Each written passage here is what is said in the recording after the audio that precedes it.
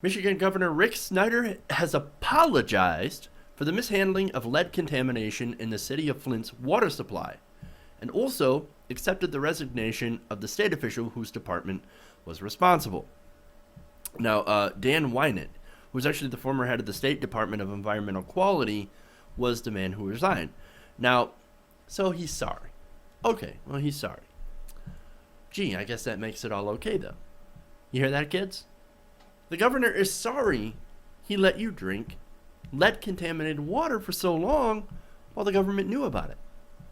Remember, there were complaints for months and months that the water was cloudy, odorous, and tasted rancid. In fact, it was so bad that GM stopped using this water because it ended up rusting their machines. It's pretty bad. However, as I'd said, Dan Wynant, the former head of the State Department on Environmental Quality, and others, they did not care. And for that, I go to The Guardian. According to reports from The Guardian, the MDEQ had often responded to complaints about the water with, quote, aggressive dismissal, belittlement, and attempts to discredit independent studies that showed that the water was actually very unsafe to drink. Now, one example was during a meeting last year in January, where a resident named Leanne Walters had said that she approached the city's emergency manager to show off a collection of water bottles that contained her discolored water supply. So she comes up and says, hey, this is the water I have to drink. What do you have to say for that? Well, the person that she approached, said that she was, quote, a liar and stupid. You're a stupid liar. That's not your water. Get out of here. That's the state's emergency manager, the guy who is in control of Flint. Not only that, but residents have complained about various health problems, including respiratory disorders and even skin lesions. Now, back to Leon Walter, her son. Whenever he ended up touching the water, he got a huge, gross, scaly rash. I mean, it was pretty bad. And tests of that same water confirmed that he had lead poisoning from drinking that water. That's terrible. Now, according to samples of the water, of her water tested by the Virginia Tech, researchers at Virginia Tech, the average amount of lead in her water was more than 2,400 parts per billion. Now, that's actually a lot higher than levels deemed safe by the EPA. So this was unsafe water. The highest test of her water came back at 13,200 parts per billion. Now, to put this into perspective here, let's put it into context. At 5,000 parts per billion, water is considered hazardous waste. Water that you shouldn't, like, it's literal waste. Like, that's not fit for human consumption. No, it's far worse than not fit for human consumption. It's literal waste. That's bad. What an utter disaster.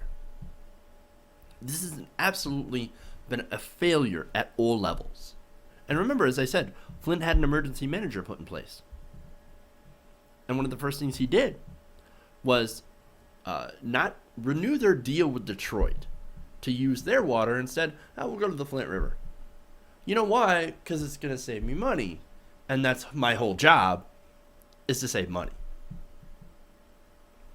Remember, the emergency managers, they're exempt from the democratic process.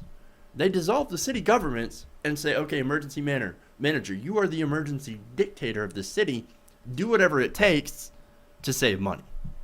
And that's exactly what they did by switching the water supply to Flint. And then after he did this, he completely ignored citizens. Ignored them. Now, these citizens pay for this water. They paid on an average $140 a month for contaminated water. For water that is essentially hazardous waste. That's completely unacceptable. Absolutely unacceptable. So now, in response to all this, according to Reuters, Governor Snyder is now allocating about $10 million to test the water, distribute water filters, and help out in other ways. Now, while that's good and all, it's a little too late. And once again shows the complete failure of the system. This should not have happened. And that's not just me saying that, right? This is Governor Snyder's task force that looked into this, and they said this in their report. Quote, "The Flint water crisis never should have happened. Having failed to prevent it, the state government should coordinate a sustained public health focused response to remedy to the fullest extent possible the impacts on the Flint community." And see, this is why it's important to have oversight and to have regulation. Also, it's very important to have infrastructure. A lot of the state, and a lot all over the country, actually, have a lot of water pipes that are below average, that are subpar, that need to be fixed. There's a lot of infrastructure that is broken. It needs to be fixed. And the only way we can do that is if we actually get the money to fix it. And the one thing that we refuse to do as a nation is to raise taxes on the richest people in the country to be able to rebuild that great infrastructure that we used to have. And also, we also have to look at environmental regulations. That's super important. Because look, let's be honest, the Flint River didn't pollute itself. It just didn't. You have to look at regulation. This is why the EPA is so important. This is why we need this.